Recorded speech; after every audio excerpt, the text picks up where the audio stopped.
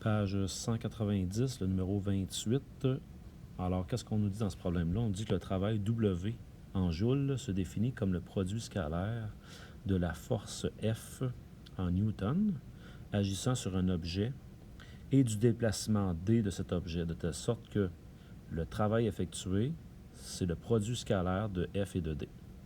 Donc, c'est normal, là, on a le déplacement et on a la force appliquée sur ce déplacement-là. On nous dit une force agit sur un corps en déplacement sur un plan incliné. Le déplacement est parallèle au plan incliné. On nous dit que la distance, on veut parcourir, c'est 3,17 mètres sur le plan et la force appliquée, c'est 218 newtons. Regardez ce que j'ai fait. J'ai pris mon vecteur F qui est la force et je suis venu le placer l'origine sur le plan de manière à pouvoir effectuer mon produit scalaire. J'ai ramené mon 73 degrés qui est l'angle qui est ici par rapport à l'horizon. Du fait que à l'horizon, mon plan est incliné à 11 degrés et que mon vecteur F est à 73, j'en déduis ici, en soustrayant les deux, que l'angle entre mes deux vecteurs, c'est 62 degrés. Et cet angle-là, c'est notre fameux θ. θ ici, qui est l'angle entre mes deux vecteurs. Ça, c'est super important. Donc, ce qu'on va faire, on va effectuer notre produit scalaire. Donc, mon produit scalaire, la formule de F, produit scalaire D, c'est la norme de F fois la norme de D fois le cosinus de θ, qui est encore une fois l'angle entre nos deux vecteurs, qui est 62 degrés. Donc, j'ai simplement pris les normes, là, 218, 3,17, et ce qui m'a donné 324,433 joules. Et là, qu'est-ce qu'on nous demande? On nous dit quelle doit être la nouvelle orientation de la force F afin que le travail soit doublé. Alors, vous comprenez que si on va avoir plus d'efficacité, donc que le travail soit 2 fois plus efficace, je m'attends à ce que ce vecteur-là soit beaucoup plus incliné vers le plan, de manière à ce que sa projection soit plus longue sur le plan. Bref, c'est ce que j'anticipe. Comment je fais ce calcul-là?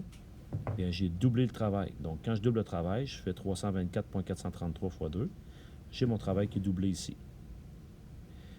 La distance, ça ne changera pas. On va toujours faire une distance de 3,17 mètres, puis on va encore appliquer une force de 218 newtons. Donc, mon calcul suivant se résume à ceci. Pour arriver à une force de 648,866 joules, je dois faire cette formule-là ici.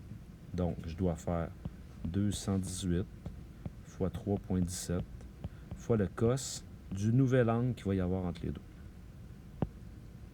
Et donc, on va travailler en isolant, en utilisant les opérations inverses. Donc, je peux effectuer ce calcul-là. Donc, 648,866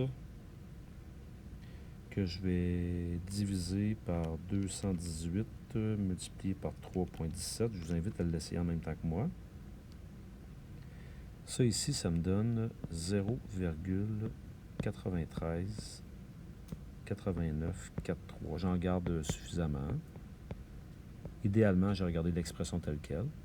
Donc, pour avoir la mesure de l'angle θ, je ferai le cos moins 1 de 0,938943. En effectuant ce calcul-là, j'obtiens 20,1 degrés. Je vais faire attention. 20,1 degrés, c'est l'angle du nouveau vecteur avec le plan. Donc, pour que la force soit doublée, il faudrait que ce vecteur-là, au lieu d'être à 73 degrés, là, donc le vecteur ici qui va être le même, au lieu d'être à 73 degrés, on devrait lui appliquer une force par rapport au plan, avec un angle de,